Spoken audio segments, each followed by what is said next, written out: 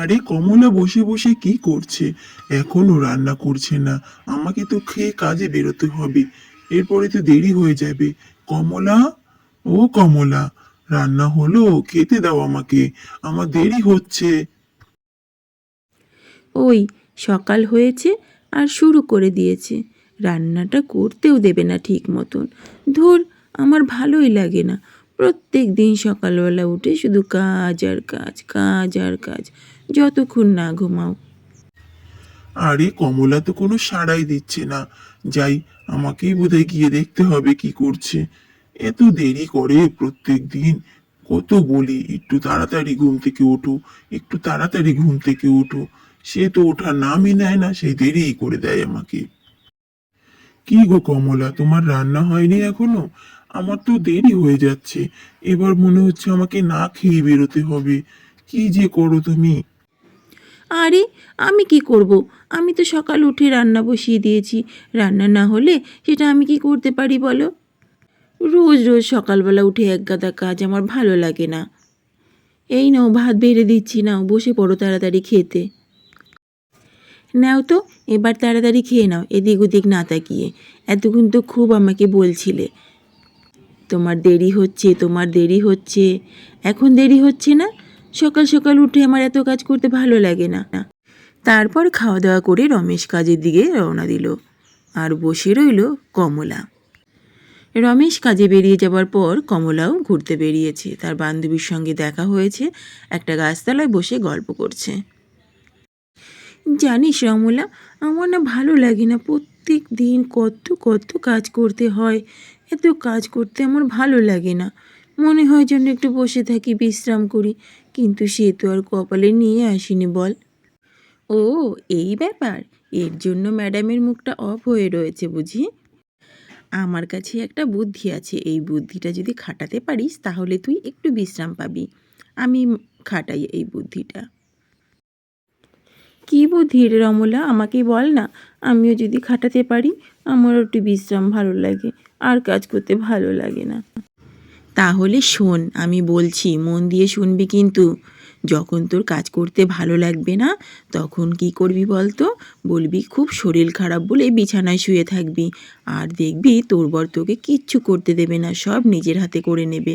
তবে সব সময় কিন্তু বরকে খাটাবি না। যখন তোর খুব খারাপ লাগবে কাজ করতে, তখনই এই কাজটা করবি কিন্তু। নয়তো কিন্তু ওর হিতে বিপরীত হয়ে যেতে পারে, কেমন? তুই খুব ভালো বুদ্ধি দিলি রে রমলা, তোর বুদ্ধিটা আমি কাজে লাগাবো। তাহলে এখন বাড়ি যাই, অনেক দেরি হয়ে গেছে। রাতে খাওয়া দাওয়া করে কমলা এবং রমেশ দুজনেই শুয়ে পড়েছে। কমলা মনে মনে ভাবতে লাগলো কালই রমলার দেওয়া বুদ্ধিটা কাজে লাগাবে।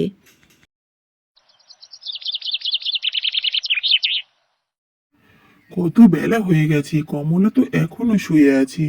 আরে কমলা, ও কমলা, ওঠো। রান্না করতে দেরি হয়ে যাবে যে, আমাকে কাজে যেতে হবে, ওঠো তাড়াতাড়ি ওঠো। আরে, কি করে উঠবো গো? আমার তো শরীরটা ভীষণ খারাপ, বিছানা থেকে মাথায় তো তুলতে পারছি না।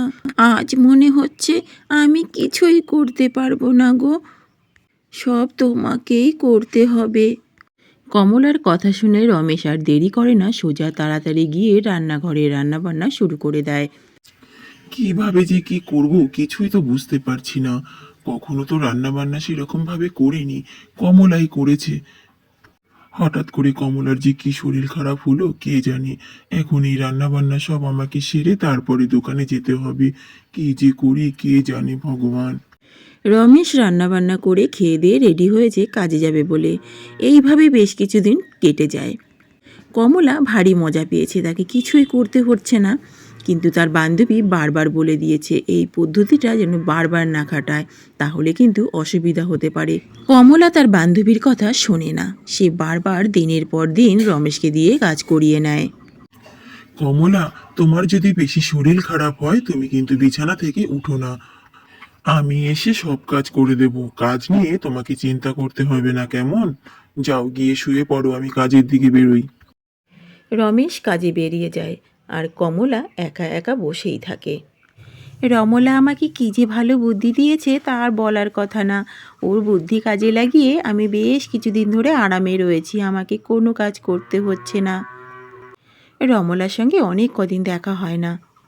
কমলা রমলার কথা ভাবতে ভাবতেই রমলা এসে হাজির হলো।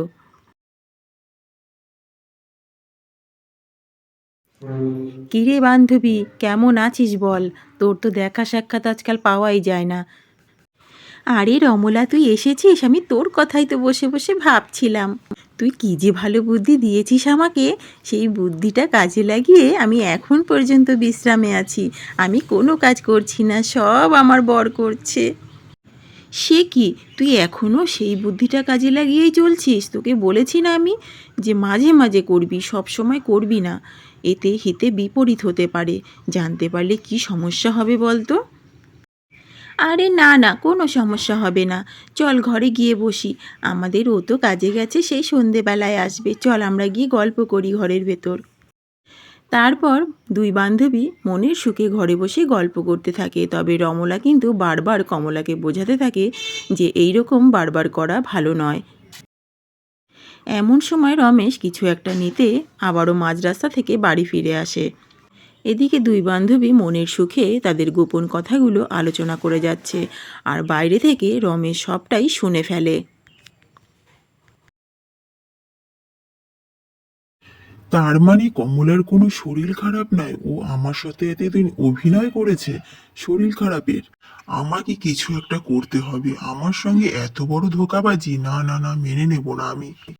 আমাকে এমন কিছু করতে হবে যেটা ওর মুখ থেকেই বেরিয়ে যায় যে ও নাটক করছিল। এতটাও ভালো নয়। তোর এত বুদ্ধি তুই এতদিন আমাকে দিসনি কেন বলতো? আগে দিলে আমি আরও আগে থেকে একটু আরাম করতে পারতাম। তবে রমলা কমলাকে বারবার এটাই বোঝাতে লাগলো যে এরকমটা বারবার করা উচিত নয়। দেখ কমলা, তোর বর তো বাইরেও পরিশ্রম করে আসে, আবার যদি বাড়িতেও এসে করে তাহলে কি ঠিক হয় বল? বাড়িতে এসেও যদি রান্নাবান্না করে খেতে হয় তখন কি ভালো লাগে বল তো? আর এটা জানাজানি হয়ে গেলে কি হবে জানিস তুই? কমলা এতটাই কুঁড়ে হয়ে গেছে যে রমলার কোনো কথাই কানে তুলছে না। কমলার এই জীবনটাই বেশ ভালো লেগেছে, বসে বসে খাওয়া, বিছানায় শুয়ে থাকা। কমলা এবং রমলা দুজনারই কথা রমেশ দাঁড়িয়ে দাঁড়িয়ে শুনে তারপর বাড়ি থেকে বেরিয়ে গেল। তখনও রমলা এবং কমলা দুজনেই গল্প করছে।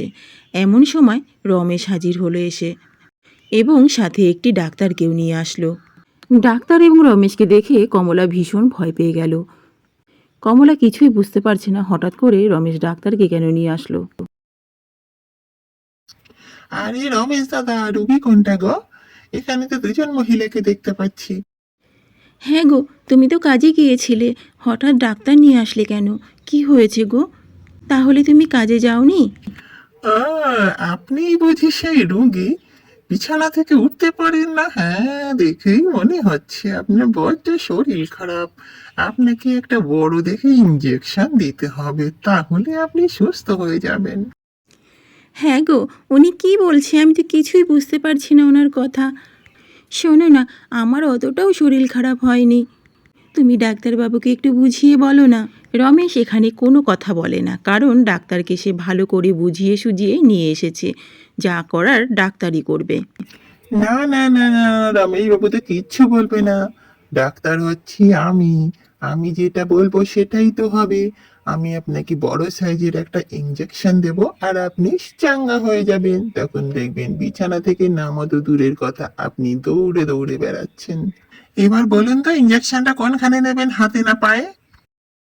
এই কথা শুনে কমলা ভীষণ জোরে কান্না শুরু করে দিল, কারণ ইঞ্জেকশনে কমলার ভীষণ ভয়।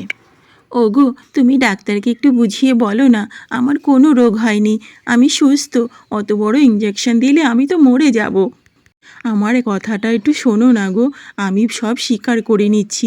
আমি এতদিন যা করেছি সব নাটক করেছি, কাজ না করার জন্য। এখন তুমি আমাকে ক্ষমা করে দাও, তোমার দুটি পায়ে পড়ি, আমাকে ক্ষমা করে দাও। আমার বান্ধবী রমলা আমাকে বারবার বুঝিয়েছে, কিন্তু আমি বুঝিনি। কিন্তু এখন দেখো কত বড় বিপদ চলে আসলো আমার কাছে, আমাকে একটিবার ক্ষমা করে দাও। আমি সব নাটক করেছি, নাটক, আর কখনো হবে না এমন ভুল। ভাবিজি নাটক করেছে। আরে ভাবিজি, আমিও তো একটু নাটক করলাম। আমিও তো আসল ডাক্তার নই ভাবিজি, তাও আপনার দৌলতে একটু ডাক্তার হতে পারলাম। হ্যাঁ গো, তার মানে তুমি সব জানতে যে আমি নাটক করছি? জানতাম না, তবে আজকে জানলাম। দুই বান্ধবীর কথা শুনে আমি জেনেছিলাম। তারপরেই তো এই হারান দাদাকে ডাক্তার বানিয়ে নিয়ে আসলাম। কেমন লাগলো আমার এই বুদ্ধিটা? তোমরা কি ভেবেছো বুদ্ধি শুধু তোমাদেরই আছে? হা হা, আমাদেরও আছে।